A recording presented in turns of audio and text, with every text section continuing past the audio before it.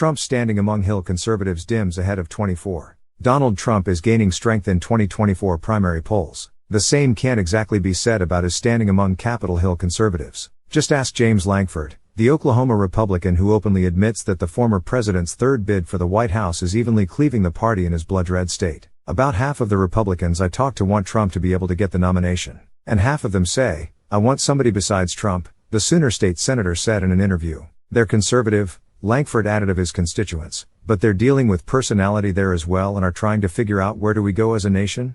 Lankford is staying neutral in his state, where Senator Ted Cruz, Republican Texas, bested Trump in the 2016 primary. And he's got plenty of company. Even as the GOP's right flank earns sway equal to the Tea Party era, most conservatives aren't inserting themselves into the brewing clash between Trump and Florida Governor Ron DeSantis, an all but certain presidential contender bred by the pro-Trump House Freedom Caucus. Interviews with more than 40 congressional Republicans including 32 Freedom Caucus members show a surprising number of Trump's once ardent supporters going quiet about whether they back him, despite new polling that shows him widening his primary lead. The small share of conservatives willing to endorse Trump right now suggests that the former president's power base in the Hill GOP is at a nadir, even as DeSantis and other rivals have yet to ramp up their outreach. And some congressional conservatives are getting unexpected reactions to their alternative picks. Representative Ralph Norman, R.S.C., for instance, was one of the 20 doubters who initially blocked Kevin McCarthy from ascending to the speakership even as Trump supported the California Republican through 15 arduous ballots. Then Norman surprised colleagues last month by backing former South Carolina Governor Nikki Haley over Trump.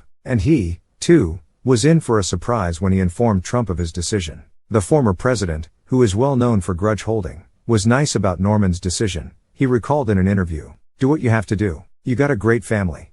And that's what he said, Norman recounted. He hasn't heard from Trump since. Trump has received a quintet of Senate endorsements, with potentially more to come, and is clearly looking to see if his old coalition of allies is willing to rally around him again. He unveiled endorsements from 11 House members in Texas this past weekend and warned that those on the fence were encouraged not to come to his rally. Yet overall, the show of support for Trump is far from decisive. Representative Chip Roy, Republican Texas, is DeSantis' only current backer. Not much of a surprise, since DeSantis isn't running yet, but few Hill conservatives are pushing the Florida governor to stay out of the race. I do want DeSantis to run, said Senator Cynthia Loomis, Republican Wyoming, who plans to stay neutral in the event her colleague, Senator Tim Scott, R.S.C., jumps in. Even if DeSantis and Trump are very close philosophically, there's definitely a style difference there. And style is important. The reasons for the cool reception to Trump are myriad. He left office 2 weeks after a violent insurrection by his backers, and his meddling in Republican primaries backfired to help Democrats keep the Senate last year. He associates with white nationalists and has seemingly never-ending legal woes. For many Republicans, the need to win after a streak of losses supersedes old loyalties. The House Freedom Caucus is composed of roughly 35 lawmakers, and about 1/3 of those members interviewed for this story are publicly supporting Trump again. That camp includes the group's former chair, Andy Biggs, R.A.'s, Judiciary Chair Jim Jordan, Republican Ohio, and Representative Marjorie Taylor Greene, ARGA. 14 Freedom Caucus members wouldn't say where they stand on the primary, either stating they're undecided as the race takes shape or declining to weigh in outright. The Trump-aligned group's current leader, Representative Scott Perry, RPA, played a central role helping Trump challenge his 2020 loss. But the Pennsylvanian demurred when asked whom he would back in 2024. "We got a ways to go. I really am just focused on my work in the House." Then there's Representative Matt Rosendale, Vermont, a Freedom Caucus member caught on camera waving off Greene as she sought to put him on the phone with Trump during the speakership balloting. Rosendale has no plans to make a presidential endorsement, and he sidestepped concerns that a rift with Trump could hurt his chances in the state primary should he decide to challenge Democratic Senator Jon Tester. "We're not supposed to use telephones on the House floor. That's all I've got to say about that," he said. When he shrugged off the chance to talk to Trump in January, however, there were no rules governing the House floor. Fractures within the Freedom Caucus clearly emerged during the Trump administration, as the majority of the group shifted from libertarian ideology to a more MAGA-centric outlook. Now, some want to return to their former roots, which may well entail a different approach to 2024. One Freedom Caucus member, granted anonymity to speak candidly, described Trump as an unlikely pick. In addition, the field that's shaping up is especially awkward in early primary states. Representative Jeff Duncan, R.S.C. cited his ties to Haley and Scott in declining to answer. But Duncan also served in Congress with Mike Pompeo, Kristi Noem, DeSantis and former Vice President Mike Pence. And he knows Trump, as all Republicans do. My relationships with all those people really are more important to me than endorsing early on one of them. That could jeopardize my relationships, Duncan said. Representative Russ Fulcher, Republican Idaho, declined to address whom he'd support, instead contending it is a good problem to have multiple choices. Asked if he feared Trump attacking him if he ultimately backs someone else for president, he shrugged it off. He might, because that's just the way he is, said the Freedom Caucus member. But, if he wins, then we all hug again and keep on going.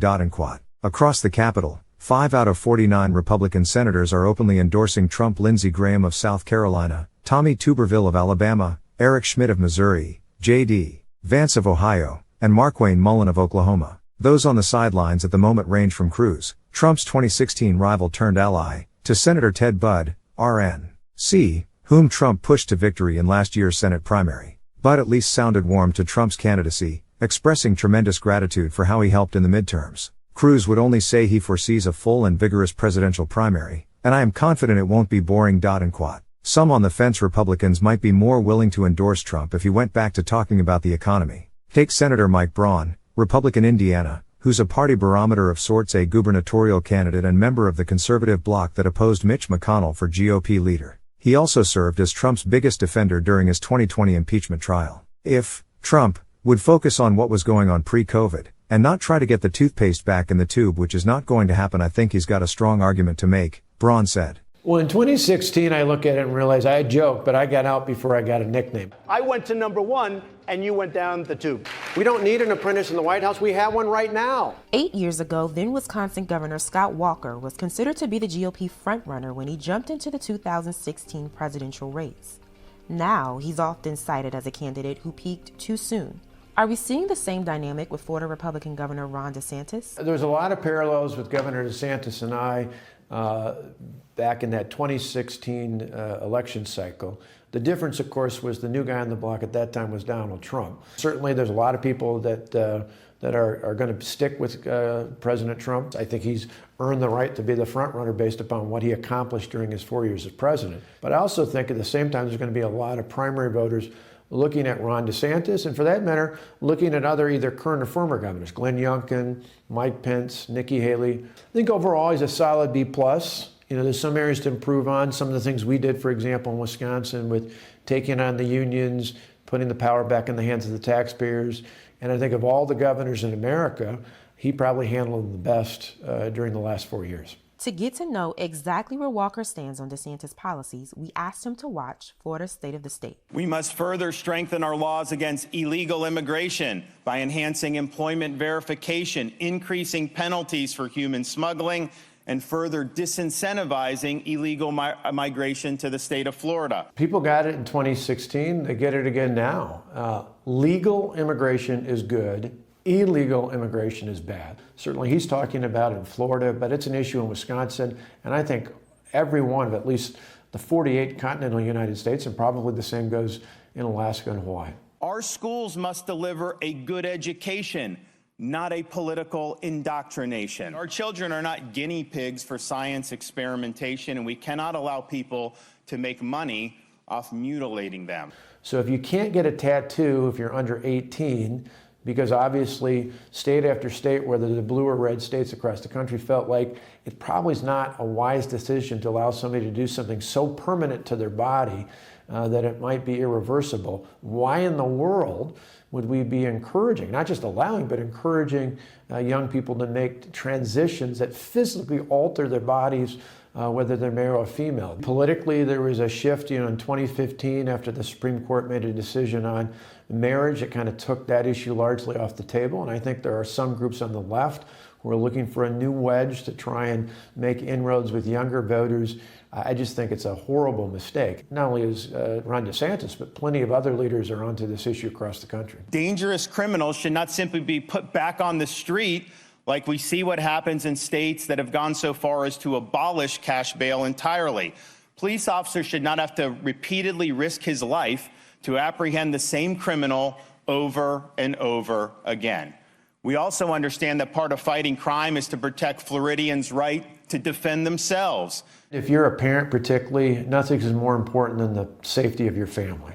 Even more than the economy, that's a top level issue. People feel threatened, and it's because the last few years of this whole defund the police movement has made it harder and harder for good and decent law-abiding law enforcement officials to do their job, a job that often requires them to risk their lives. People get that, they understand that. It's not just Republicans who are concerned about this.